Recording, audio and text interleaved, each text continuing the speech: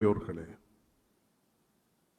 சகோதரிகளே, தாய்மார்களே, அல்லாஹ்வின் நல்லடியார்களே,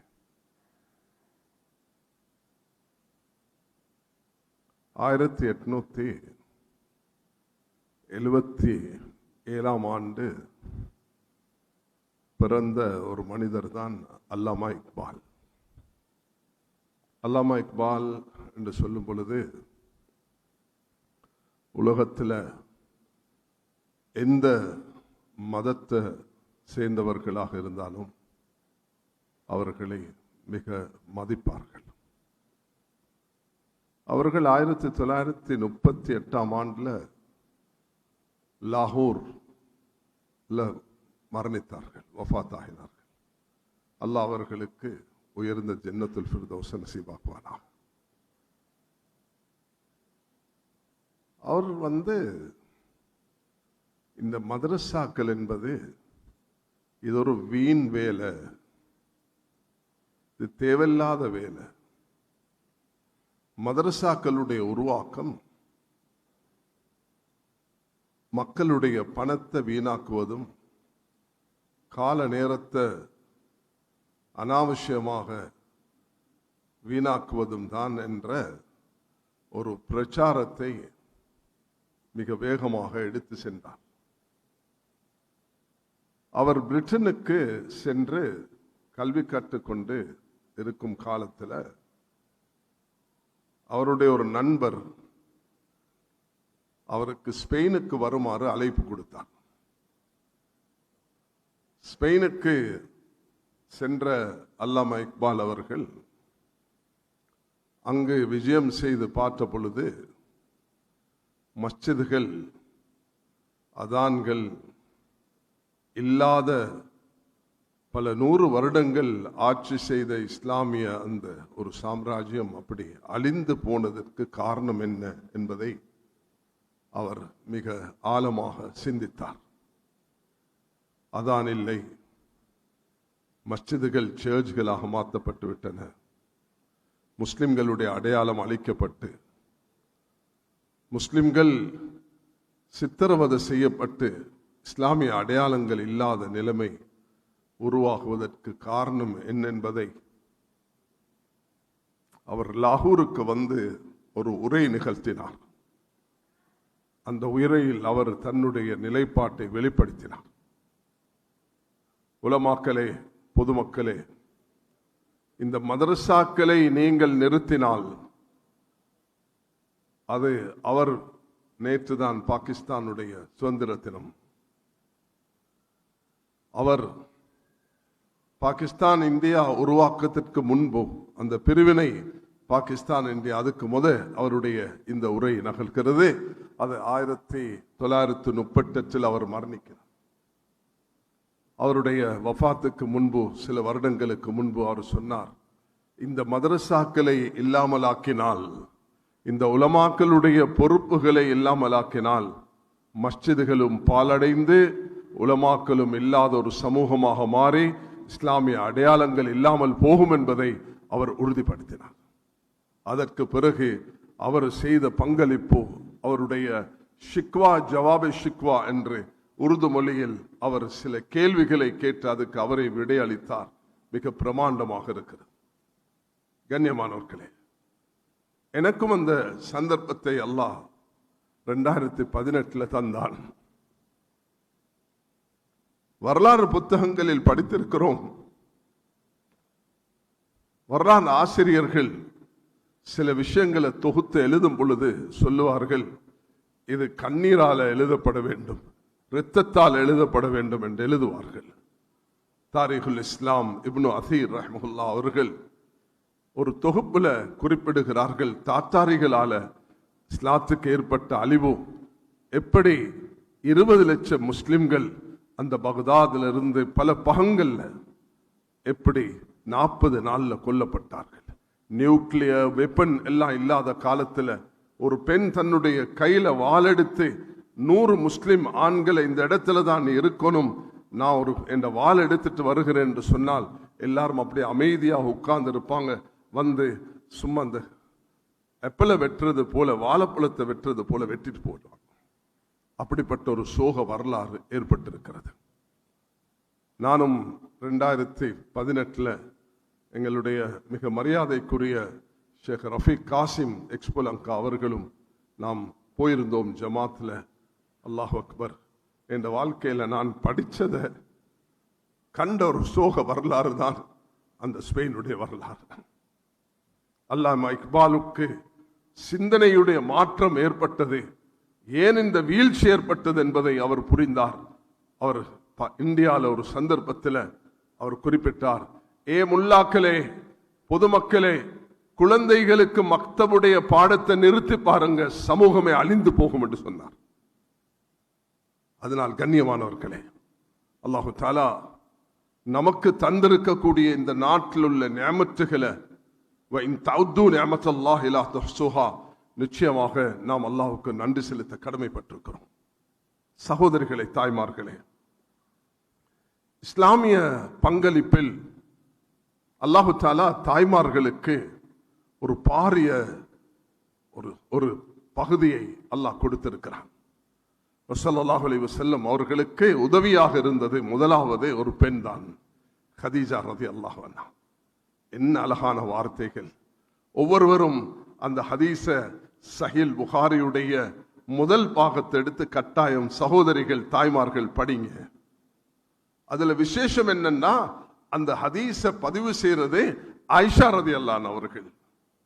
கதீஜா ரலியல்லாஹு அன்ஹா அவர்கள் அந்த நிகழ்வை நபி அவர்களுடன் காணும் பொழுது ஆயிஷா ரலியல்லாஹு அன்ஹா பிறந்து கூட இருக்கல்ல. பிறந்தில்லாத அந்த ஆயிஷா ரலியல்லாஹு அன்ஹா, ஏன் அதை சொல்கிறேன்னா, நபி அவர்கள் வஃபாத் ஆகும் பொழுது சஹீஹான ரிவாயத்துகளில் மிக இமாம் புகாரி ரஹ்மத்துல்லாஹ் போன்றவர்கள் பதிவு செய்த அடிப்படையில் ஆயிஷா ரலியல்லாஹு அன்ஹா அவர்களுக்கு 18 வயது.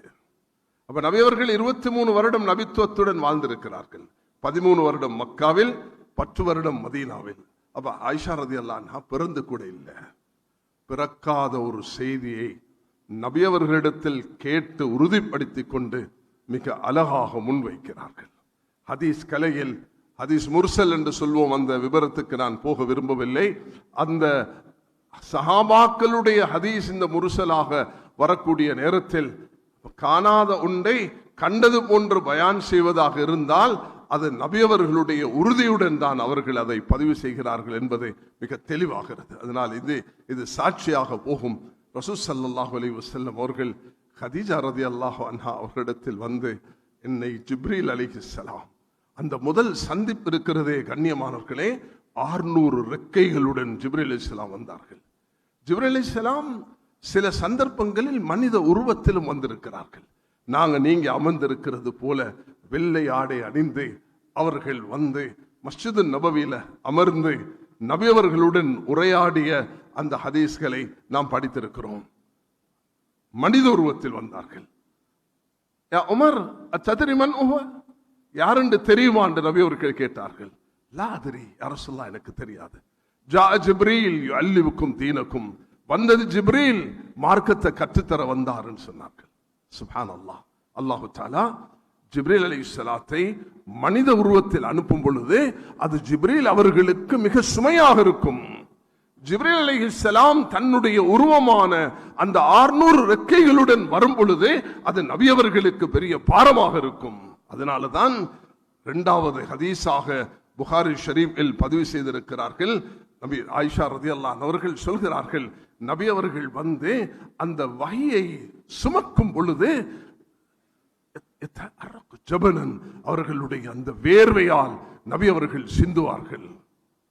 நபி ஸல்லல்லாஹு அலைஹி வஸல்லம் அவர்களுக்கு வேர்வையாக வடியும், சுமையாக இருக்கும். சில நேரத்தில் நான் நபி அவர்களை பார்த்திருக்கிறேன், அந்த வஹி வரக்கூடிய நேரத்தில் அவ்வளவு சுமையாக காலை வச்சா அப்படி கால் கீழே போற மாதிரி இருக்கும். நபி அவர்களுக்கு பெரும் சுமையாக இருக்கும்.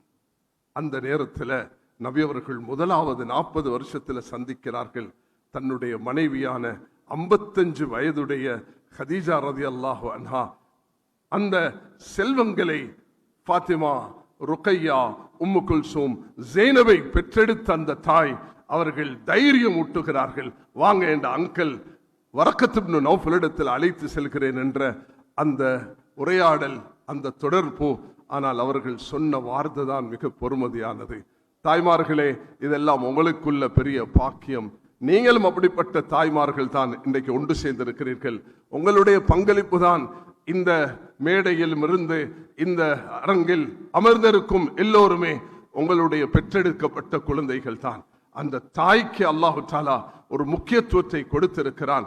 ரசூல் ஸல்லல்லாஹு அலைஹி வஸல்லம் அவர்களை அரவணைத்த அந்த ஹலீமா சாதியாவை, நபி அவர்களை மிக பாசமாக அரவணைத்த உம்மு ஐமன் என்ற அந்த பெண்மணி இத்தோப்பியா ஹபஷாவை சேர்ந்தவர்கள்.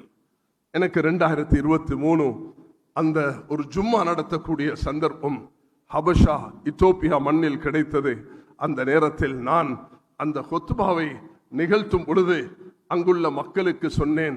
அது எல்லோரும் அதை மிக பூரிப்புடன் ரசித்து அவர்களுடைய கண்களில் கண்ணீர் வரும் ஒரு காட்சியை நான் கண்டேன். அவர்களுக்கு நான் முன்வைத்தேன், நபி அவர்கள் மதீனாவுக்கு ஹிஜ்ரத் செய்வதற்கு முன்பு இந்த இத்தோப்பியா மண்ணுக்கு தான் தன்னுடைய அந்த ஈரக்குலை ருக்கையாவையும் உஸ்மானையும் நபி அவர்கள் அனுப்பி வைத்தார்கள். நபி ஸல்லல்லாஹு அலைஹி வஸல்லம் அவர்களுடைய மகள் ருக்கையாவையும் அந்த உஸ்மான் மருமகனையும் நபி அவர்கள் மக்காவில் இருந்து அந்த இத்தோப்பியாவுக்கு ஹபஷாவுக்கு நபி அவர்கள் அனுப்பும் பொழுது ஆனந்த கண்ணீர் ஒரு பக்கம், அதே நேரத்தில் கவலை, என்ற அன்பு குழந்தை விட்டு பிரிகிறேனே என்ற கவலை இருந்தது. ஆக மதீனாவுக்கு ஹிஜ்ரத் செய்வதற்கு முன்பு அல்லாஹு தாலா தெரிவு செய்த பூமிதான் அந்த ஹபஷா இத்தோப்பியாவுடைய அந்த மண்ணில். ரசூல் ஸல்லல்லாஹு அலைஹி வஸல்லம் அவர்களுடைய குழந்தையும் மருமகனும் அங்கு போய் இஸ்லாத்தை அறிமுகப்படுத்தினார்கள். அல்லாஹு தாலா அந்த பாக்கியத்தை அவர்களுக்கு நசீவாக்கினான். அங்கு பிறந்த 2 செல்வங்கள் தான், ஒன்று பிலால், அடுத்தது உம்மு ஐமன். பிலால் ரலியல்லாஹு அன்ஹு அவர்கள் அந்த பரம்பரையில் வந்தவர்கள், உம்மு ஐமன் அந்த பரம்பரையில் வந்தவர்கள். தன்னுடைய தாய் 7 வயதில் மௌத்தாகும் பொழுதே அந்த அரவணைப்பை செய்த அந்த பெண்மணி உம்மு ஐமன் என்ற அந்த தாய் தான் உம்மு ஐமன். சுப்ஹானல்லாஹ். அல்லாஹு தஆலா நபி அவர்கள் மிக மரியாதை செய்யும் ஒரு தாயாக அவர்கள் இருந்திருக்கிறார்கள். அபூபக்கர், உமர் ரலியல்லாஹு அன்ஹு அவர்கள் நபியுடைய மரணத்துக்கு பிறகு சந்திப்பதற்கு அவர்கள் விஜயம் செய்ததை அந்த உம்மு ஐமன் என்ற தாயை போய் பார்க்கும் பொழுது அழுது கொண்டிருந்தார்கள். தாயே, ஏன் அழுகிறீர்கள்? நான் சொல்ல வேணுமா? எங்கள் அனைவருக்கும் பாசமான நாம் இன்று ரபீஉல் அவ்வல் ரசூல் ஸல்லல்லாஹு அலைஹி வஸல்லம் பிறந்த வஃபாத்தாகிய அந்த மாதத்தில் இருக்கிறோம். அல்லாஹு தஆலா நேற்றைய தினம் இந்த நாட்டில் பல பாகங்களிலும் பிறை தென்பற்றி நாம் 3வது மாதத்தில் நுழைந்திருக்கிறோம். ரபீஉல் அவ்வலுடைய இந்த ரசூல் ஸல்லல்லாஹு அலைஹி வஸல்லம் பிறந்த வஃபாத்தாகிய இந்த மாதத்தில் அல்லாஹ் எமக்கு இந்த நிகழ்வையும் செய்யக்கூடிய பாக்கியத்தை தந்திருக்கிறான். உம்மு ஐமன் அவர்கள் அழுதுட்டு சொன்னார்கள், நபியுடைய மரணம் என்பது அது கவலைதான். ஃபாத்திமா ரலியல்லாஹு அன்ஹா தேவைகளை பட்ட கஷ்டங்களை இங்கு முன்வைத்திருக்கிறார்கள். அல்லாஹ் அவர்கள் அனைவர்களுக்கும் மேலான கூலியை நசீபாக்குவானாக.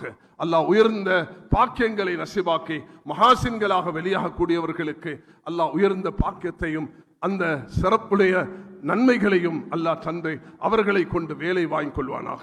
நான் தாய்மார்களே உங்களை விழித்தவனாக, குறிப்பாக நிகழ்வில் இன்று எந்த நிலைமைக்கு தள்ளப்படுகிறார்கள் என்பதை உலகம் பார்த்து கொண்டிருக்கிறது.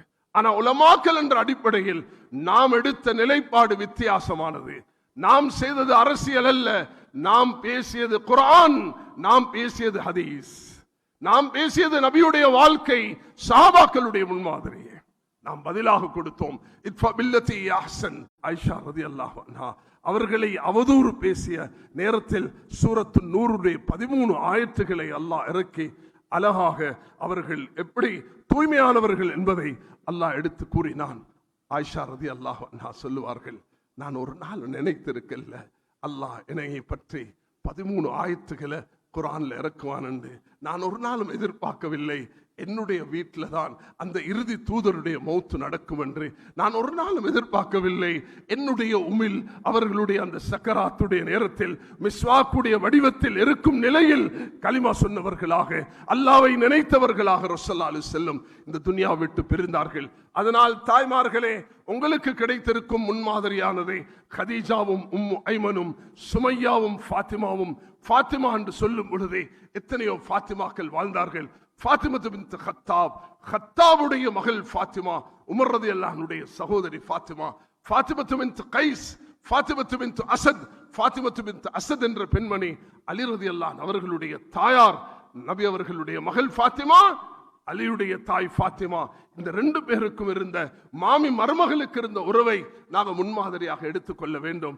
அதனால் இந்த நாட்டில் மிக மக்களால் பேசப்படும் ஒரு இமாம் தான் இமாம் ஷாஃபி ரஹ்மத்துல்லாஹி அலைஹி அவர்கள், இமாம் புகாரி ரஹ்மத்துல்லாஹி அவர்கள்.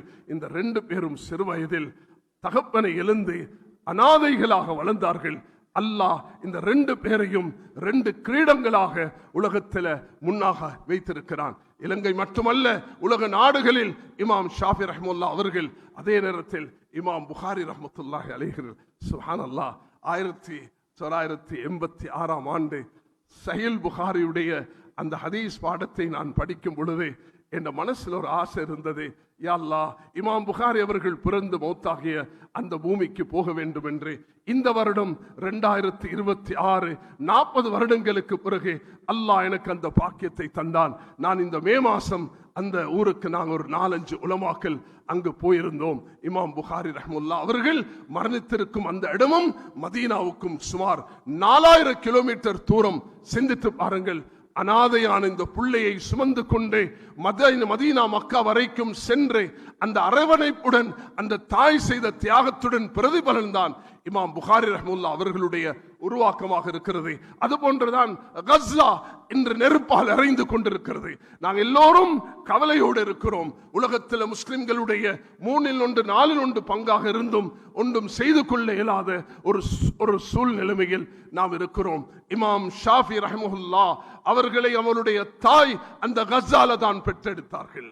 தன்னுடைய தகப்பனை எழுந்த அந்த இமாம் ஷாஃபி அவர்களை சுமந்து கொண்டு மக்காவுக்கும் மதீனாவுக்கும் அந்த தாய் வந்திருக்கிறார்கள். தாய்மார்களை பற்றி சொல்வதாக இருந்தால் நீடித்துக் கொண்டே போகும். அன்பு சகோதரிகளே, தாய்மார்களே, இவைகளை படிப்பினையாக எடுத்து எங்களுடைய வாழ்க்கையை நாம் முன்மாதிரி உள்ளதாக ஆக்கிக்கொள்ள முயற்சி எடுக்க வேண்டும் என்று சொல்லிக்கொள்ள விரும்புகிறேன்.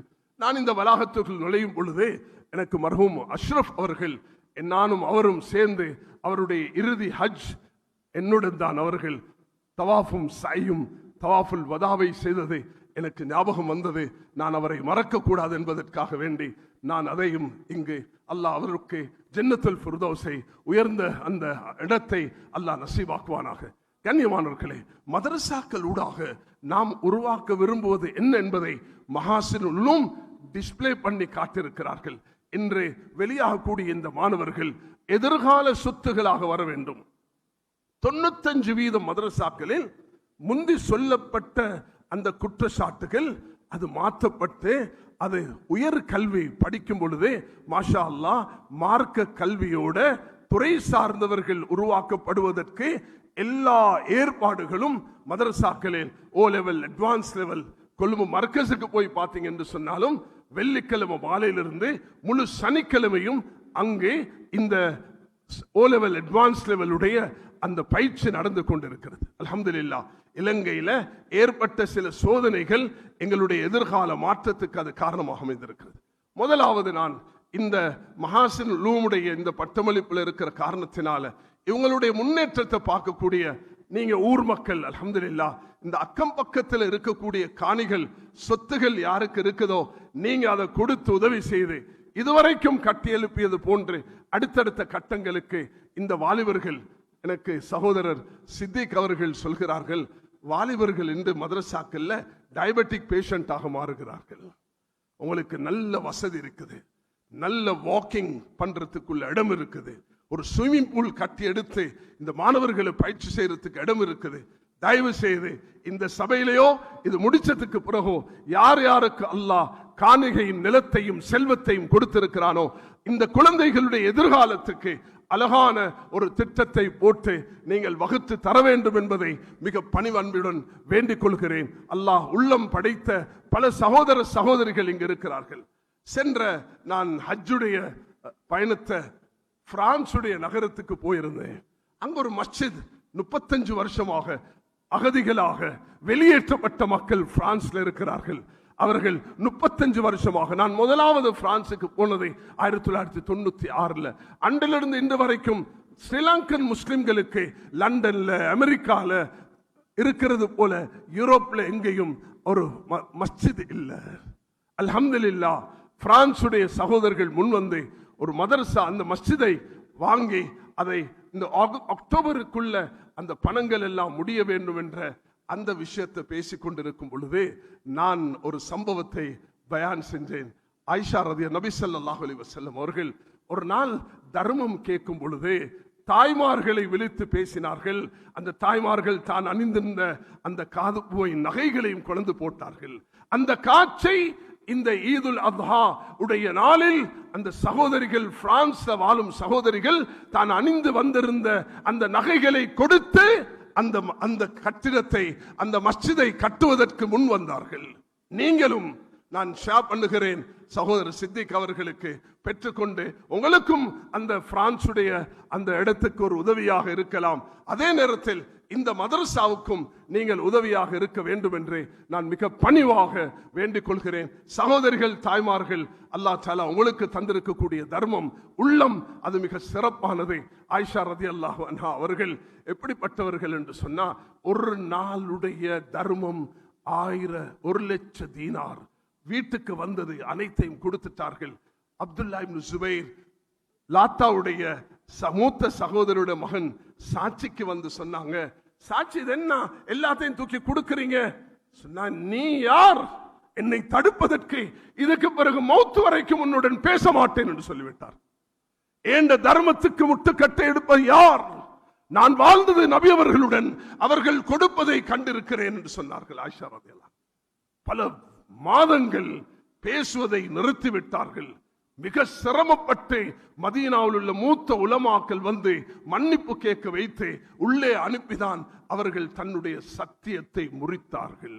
சத்தியத்தை முறித்ததும் ஆயிஷா ரலியல்லாஹு அன்ஹா 2600 ஹதீஸ்களை மனனம் செய்த அந்த தாயை பற்றியே இந்த மண்ணில் இருக்கக்கூடிய உலமாக்கள், ஹாஷிம் சூரி ஹசரத், ஆதம்பா ஹசரத் அவர்கள், அமீன் ஹசரத் அவர்கள், நீங்க எல்லாரும் சேர்ந்து ஒரு மகாநாள் நடத்த வேண்டும், பெண்களுக்கு அறிவிக்க வேண்டும் ஆயிஷா ரலியல்லாஹு அன்ஹுடைய வாழ்க்கை என்ன என்பதை, அவர்கள் செய்த தியாகம் என்ன, அவர்கள் பட்ட கஷ்டம் என்ன, சிறு வயதில் எப்படி அவர்கள் இந்த சுமையை சுமந்து உம்மத்துக்கு சொன்னார்கள். இல்லற வாழ்க்கையில வரக்கூடிய பிரச்சனைகள்ல சஹாபாக்கள் கலந்துரையாடுவார்கள். அந்த நேரத்தில் சுப்ஹானல்லாஹ் சஹாபாக்கள் சொல்லுவாங்க, இதெல்லாம் நீங்க பேசுற விஷயம் இல்ல, அனுப்புங்க தாயிடத்துல, தாய் சொல்லி தருவார்கள். அவர்கள் சொல்லுவார்கள் இல்லற வாழ்க்கையில ஃபத்வாக்கள் எப்படி அமைய வேண்டும் என்று. கண்ணியமானவர்களே, அல்லாஹ் தஆலா எமக்கும் அந்த பாக்கியத்தை தர வேண்டும். நாங்கள் அந்த உண்மையான அந்த தன்மைகளை புரிந்து கொள்ள வேண்டும். அத்தோடு பட்டமளிப்பு பெற்று 66 ஆலிம்கள் வெளியாகிறீர்கள். நாங்க விரும்பல, நீங்க துபாயிலையும் கத்தர்லையும் குவைத்திலையும் போயிட்டு தொழில் செய்யறதுக்கு இல்லை இந்த மதரசாக்கள் உங்களை உருவாக்கினது. அல்லாஹு தஆலா பலருக்கும் தீனுக்காக பல இந்த மேடையில் வீற்றிருக்கும் மூத்த உலமாக்களுக்கு பல ஆஃபர்கள் வந்துருச்சு. அங்க வாங்க, இங்க வாங்க. இல்ல, இந்த மண்ணில் இருந்து நாம் இந்த மதரசாக்கள், மஸ்ஜிதுகள், மக்தபுகள் இதில் இருந்து கொண்டு துறை சார்ந்தவர்களாக மாறி எப்படி வருமானத்தை பெற்றுக்கொண்டு தைரியமாக கண்ணியமாக எங்களுடைய தொழில்களில் ஈடுபட முடியுமோ, அல்ஹம்துலில்லாஹ். அதுக்கு உங்களுடைய ஃபவுண்டரான மௌஜூத் ஹசரத் அவர்களும் ஷேக் சாஜித் அவர்களும் அவருடைய இந்த நிர்வாகிகள் மாஷா அல்லாஹ் அழகாக இந்த நிர்வாகிகளும் அவருடைய தலைவரும் அதனுடைய எல்லோரும் சேர்ந்து வழிகாட்டுகிறார்கள். இந்த வழிகாட்டலை பெற்று எதிர்காலத்தில் ஏராளமான பகுதிகள் இருக்கின்றன. அவைகளில் நீங்க உங்களை துறை சார்ந்தவர்களாக மாற்றிக்கொண்டு எங்க போனாலும் இந்த மதரசாவையும் மஸ்ஜிதையும் மக்தபுகளையும் இந்த ஹிதுமத்தை மறந்துடக்கூடாது என்று நான் வேண்டிக் கொள்ள விரும்புகிறேன். அதே நேரத்தில் பெற்றோர்களே, சகோதரிகளே, தாய்மார்களே, இந்த ஹாஃபிஸ்களை, ஆலிம்களை பட்டம் பெற்று வெளியாக்கக்கூடிய பாக்கியத்தை அல்லாஹ் தந்திருக்கிறான். இலங்கைக்கு அல்லாஹ் தந்திருக்கக்கூடிய ஒரு பாக்கியம்தான் 6-7 வயது 8 வயது பிள்ளைகளும் குர்ஆன் மனனம் செய்கிறார்கள். அல்லாஹ் தஆலா சொல்கிறான், இன்னா நஸல்னா திக்ர வ இன்னா லஹு லஹாஃபிதூன், நாமே இதை இறக்கிருக்கிறோம், நாமே இதை பாதுகாப்போம் என்று அல்லாஹ் தஆலா இந்த இடத்துல குறிப்பிடுகிறான். அதனால் அல்லாஹ் எங்களை பயன்படுத்துவதாக இருந்தால் அதுக்கு எப்பொழுதும் நன்றி உள்ளவர்களாக நாங்கள் இருக்க வேண்டும். மதரசாக்களை மதிக்க வேண்டும், மதரசாக்களுடைய ஹிதுமத்துகளை மதிக்க வேண்டும், உலமாக்களை மதிக்க வேண்டும். உலமாக்கள் மஸ்ஜிதுகளுக்கு நேரம் கொடுக்க வேண்டும். கண்ணியமானவர்களே, குர்ஆனுடைய 4 சூறாக்கள், சூரத்துல் இக்லாஸ், சூரத்துல் கௌசர், சூரத்துல் அஸ்ர், சூரத்துல் நஸ்ர், இந்த மஹாசினுல் உலூமுடைய இந்த முதல் பட்டமளிப்பு விழாவில் ஒரு பாக்கியமாக உங்களுக்கு நான் இதை தர விரும்புகிறேன். அதுதான் சூரத்துல் இக்லாஸ், குல் ஹுவல்லாஹு அஹத், சூரத்துல் கௌசர், இன்னா ஆதைனாக்கல் கௌசர், சூரத்துல் அஸ்ர், வல் அஸ்ர், இன்னல் இன்சான லஃபீ குஸ்ர், சூரத்துல் நஸ்ர், இதா ஜாஅ நஸ்ருல்லாஹ் என்று இந்த 4 சூறாக்கள். சூரத்துல் இக்லாஸ் ஏகத்துவம், அல்லாஹ்தான் அனைத்தையும் படைத்து பராமரிக்கக்கூடிய ரப். சூரத்துல் கௌசர் நபியுடைய மகத்துவம், நபியுடைய அன்பு, நபிக்கு வழிபடுதல், நபியுடைய அந்த மகத்துவத்தை ஷமாயிலு திர்மிதி நாம் ஜமியத்துல் உலமா ஊடாக நாடெல்லாம் மஸ்ஜிதுகளில், நேற்று எனக்கு இரவு கல்முனை அந்த மஸ்ஜிதில் அதை ஆரம்பித்து வைக்கக்கூடிய பாக்கியத்தை அல்லாஹ் தந்தான். ஷமாயில் முஹம்மதியா 415 ஹதீஸ்களை இமாம் திர்மிஸி ரஹ்மத்துல்லாஹி அவர்கள் தொகுத்து தந்திருக்கிறார்கள். தமிழிலும் அது மொழிபெயர்க்கப்பட்டிருக்கின்றன. அதை தயவு செய்து வாங்கி தர்மமாக ஏழை எளியவர்களுக்கு கொடுத்து அந்த ஒரு சிறிய நூல் ஒவ்வொரு வீட்டிலையும் இருக்க வேண்டும். சூரத்துல் கௌசர், சூரத்துல் அஸ்ர். அல்லாஹ் எங்கள் அனைவர்களும், தாய்மார்களே, சகோதரிகளே, சகோதரர்களே, பெரியார்களே, இன்று மஹாசினுல் உலூம் எமக்கு தரும் பாடம் சூரத்துல் அஸ்ர். இமாம் ஷாஃபி ரஹ்மத்துல்லாஹி அவர்கள் சொல்கிறார்கள், இந்த சூரத்து மட்டும் இறங்கியிருந்தால் போதும் இந்த உம்மத்துக்கு வழிகாட்டுவதற்கு. ஈமான், நல்லமல்கள், உண்மையை போதித்து பொறுமையை போதிக்கும் ஒரு சமூகமாக நாம் திகழ வேண்டும் என்பதுதான் இந்த சூரத்துடைய அடிப்படையாக இருக்கிறது. இறுதியாக இந்த சூரத்து நஸ்ர், இதா ஜாஅ நஸ்ருல்லாஹி வல் ஃபத், சாரி சாரியாக மக்கள் தீனின் பக்கம் நுழைவார்கள் என்பதை இந்த சூரத் எடுத்து சொல்கிறது. அதனால் இலங்கை மண்ணில் வாழ்ந்து கொண்டிருக்கிறோம், சிறுபான்மையினர்களாக வாழ்கிறோம், கௌரவமாக வாழ்ந்திருக்கிறோம், 1300 வருடத்தின் வரலாறை பெற்றிருக்கிறோம். சோக நிகழ்வொன்று 2019 ஏப்ரல் மாதம் ஏற்பட்டது. 2015 இருந்து இந்த நாட்டுடைய உயர் மட்டத்துக்கு அறிவித்திருக்கிறோம், இப்படிப்பட்ட நாசக்காரர்களை தடுங்கள், தண்டனை கொடுங்கள் என்று. அவர்களுடைய அந்த அனாவசியமான பொடுப்போக்குதான் என்ன காரணமோ தெரியாது, அவர்களுக்கு வந்த அந்த நாசக்கார சிந்தனைகள் தான் இன்றைக்கு இந்த நாட்டை இந்த நிலைமைக்கு தள்ளியிருக்கிறது. சிந்தித்து பாருங்கள். நான் 2 விஷயத்தை ஞாபகப்படுத்த வேண்டும். ஒன்று, ஹலால் சான்றிதழ். ஹலால் சான்றிதழ் வழங்கிக் கொண்டு இந்த நாட்டுக்கு முதலாவது 2002 நீங்க பார்லிமெண்ட்லயா ரிஷான், 2002 ஜமியத்துல் உலமா கிட்ட ஹலால் சான்றிதழ் வழங்க கேட்டதே பார்லிமெண்ட் தான். பார்லிமெண்ட் தான் கேட்டார்கள், நாங்க போகல. ஜமியத்துல் உலமாட்ட கேட்டுட்டு பார்லிமெண்ட்ல ஜமியத்துல் உலமா ஹலால் சான்றிதழ் கொடுத்து இந்த நாட்டுடைய பொருளாதாரம் 2013 நாங்க அதை விட்டுட்டு வெளியே வரும் பொழுது $1.5 மில்லியன் வருமானம் இருந்தது. ஜம்மியாவுக்கு அல்ல, இந்த நாட்டுக்கு. ஆனால் அதை துஷ்பிரயோகம் செஞ்ச காரணத்தினால் 2021 ஜீரோக்கு போச்சு. இன்றைக்கு திரும்ப அல்ஹம்துலில்லாஹ் நாங்க கையாண்ட யுக்தி, நாங்க அந்த தூர் நோக்கோட செய்த முயற்சி, அல்ஹம்துலில்லாஹ் அல்லாஹு தஆலா உயர்ந்த இடத்துக்கு அல்லாஹ் ஹலாலை கொண்டு திரும்ப இந்த நாட்டுக்கு வருமானம் வரக்கூடிய நிலைமை ஏற்படுத்தியிருக்கிறார். அந்த நேரத்திலும் ஜமியத்துல் உலமா 13 லட்சம் தான் அதுல இருந்து எடுத்தது. யூடியூப்ல போயிட்டு பாருங்க. ஜான் கீல்ஸுடைய முந்தைய சேர்மன் சுசந்த ரத்நாயக்க கிட்ட கேட்கப்பட்டது, ஜமியத்துல் உலமாக்கு என்ன கொடுக்கறீங்க? அவர் சொல்றார், பீனட்ஸ். நாங்க பீனட்ஸ் தான் கொடுக்கிறோம். யூடியூப்ல இருக்கிறது. அதனால கண்ணியமானவர்கள், இரண்டாவது இந்த நாட்டுக்கு கிடைச்சிருக்கக்கூடிய ஒரு பெரிய பாக்கியம் தான் இஸ்லாமிய பொருளாதாரம். இன்று இஸ்லாமிய பொருளாதாரத்தை மேம்படுத்துவதற்காக வேண்டி உலமாக்கள் அல்ஹம்துலில்லாஹ் இந்த யூனிவர்சிட்டியும் அதுக்கு ஒரு பாரிய பங்களிப்பு செய்து கொண்டிருக்கிறார்கள். இலங்கைக்கு முதலாவது வந்த முஃப்தி தக்கி உஸ்மானி ஹஃபிதஹுல்லாஹ் அவர்களுடைய ஒரு புத்தகம் இருக்கிறது, இன்ட்ரடக்ஷன் டு இஸ்லாமிக் ஃபைனான்ஸ். ஒரு சகோதரர் அவருடைய அனுமதி எடுத்து அதை மொழிபெயர்த்து கொண்டிருக்கிறார். இங்க இருக்கக்கூடிய அவருடைய பேர் ஞாபகத்துக்கு வருதில்லை, அவர் அதை செய்து கொண்டிருக்கிறார். அது தமிழில் வெளியாக்கப்பட வேண்டும். உலமாக்களே, துறை சார்ந்தவர்களே, இந்த எப்படி MMDA எங்களுக்கு கிடைச்சிருக்கிறதோ அது போல ஒன்றுதான் இந்த இஸ்லாமிய பொருளாதாரத்தை இஸ்லாமிய வங்கி வடிவத்தில் அல்லாஹ் தஆலா தந்திருக்கிறான். பலப்படுத்துங்கள். உலமாக்களும் துறை சார்ந்தவர்களும் சேர்ந்து இதுக்கு பங்காளிகளாக மாறுங்கள். அல்லாஹ் நிச்சயமாக இதை கொண்டு கயிறுகளை ஏற்படுத்துவான். இறுதியாக ஜமியத்துல் உலமாவுடைய சில தூதுகள் இருக்கின்றன. அதுல 2 விஷயத்தை மட்டும் சொல்கிறேன். ஒன்று ஒற்றுமை பிரகடனம். 2009 2007 நாங்க வெளியிட்ட அந்த பிரகடனங்கள். 2007 அது நபித்துவத்துடைய பிரகடனம், இறுதி நபித்துவத்துடைய பிரகடனம். 2009 அது ஒற்றுமையின் பிரகடனம். 2012 எங்களுக்கு எதிராக சூழ்ச்சி செய்து வரக்கூடிய நேரத்தில் கொல்லப்பட்டு பள்ளியில அந்த நேரத்தில் உள்ள அரசியல்வாதிகள் அனைவர்களையும் அழைத்து பிப்ரவரி மாதம் 8ஆம் தேதி திரையில் இட்டு காண்பித்தோம். பாருங்கள் என்ன நாசத்தை செய்ய போகிறார்கள் என்று. 2012 இருந்து எங்களுக்கு நடந்த அந்த சோதனைகளை நாம் பொறுமையுடனும் அஹ்லாக்குடனும் துஆவுடனும் விட்டு கொடுப்புடனும் குர்ஆன் மொழிபெயர்ப்புடனும் சகவாழ்வுடைய அந்த புத்தகங்களுடனும் தான் நாங்க முகம் கொடுத்தோமே தவிர சண்டைக்கு சண்டை அல்ல, சண்டைக்கு அஹ்லாக் தான். ரசூலுல்லாஹி அலைஹி வஸல்லம் அவர்களை பார்த்து உலகத்திலே வெறுப்பான முகம், வெறுப்பான மார்க்கம், வெறுப்பான பூமி மதீனா என்று சொன்ன சுமாமா 3 நாள்ல மாறினார். விருப்பமான முகம், விருப்பமான மார்க்கம், விருப்பமான பூமி என்று மாற்றக்கூடிய நிலைமையை அல்லாஹ் உருவாக்கினான். அதனால் கண்ணியமானவர்களே, நாங்கள் எல்லாரும் இந்த நாட்டில் வாழ்கிறோம்.